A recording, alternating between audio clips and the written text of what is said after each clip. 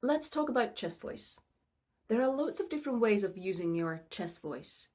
And for each of us, we would then find the best way that suits our voice and our ability, depending on what we're doing and what we're doing in that song. So within the primal sounds, you talk about whinging and you talk about yelling. And yelling is more or less the same always. It also sounds quite similar to when different people are yelling. The sound is quite similar. But whinge, however, you can do a lot of different sounds with. Yell works the best when you have a high larynx, and yell doesn't have any twang. But when you're whinging, you can have a low larynx or a high larynx. You can have more or less twang. And you can think about your whinge being really wide and broad, or you can think about it being really quite condensed. But I also like to then divide the whinging into actually 5 different qualities. You have your light whinges. Please listen to me. And you have your spoken voice.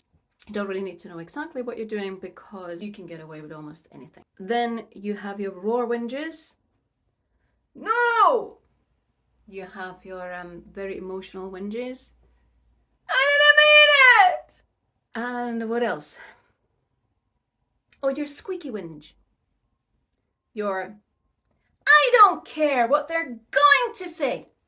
And this is what I've noticed helps my students and myself navigate difficult chest voice parts in songs when we have all these different kind of voices we can try and see which one works the best. So I've made a video of different ways of using your chest voice and how I categorize them into different types. But in the end, it is all just about lifting or lowering your larynx or adding twang or having less twang. But you can find that video linked here. And by the way, before you try any of these really high chest voice notes, make sure you have had lessons. You can do so with a qualified vocal coach. For example, me.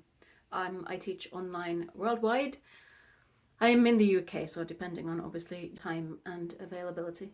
But please don't try these on your own. Don't hurt yourself.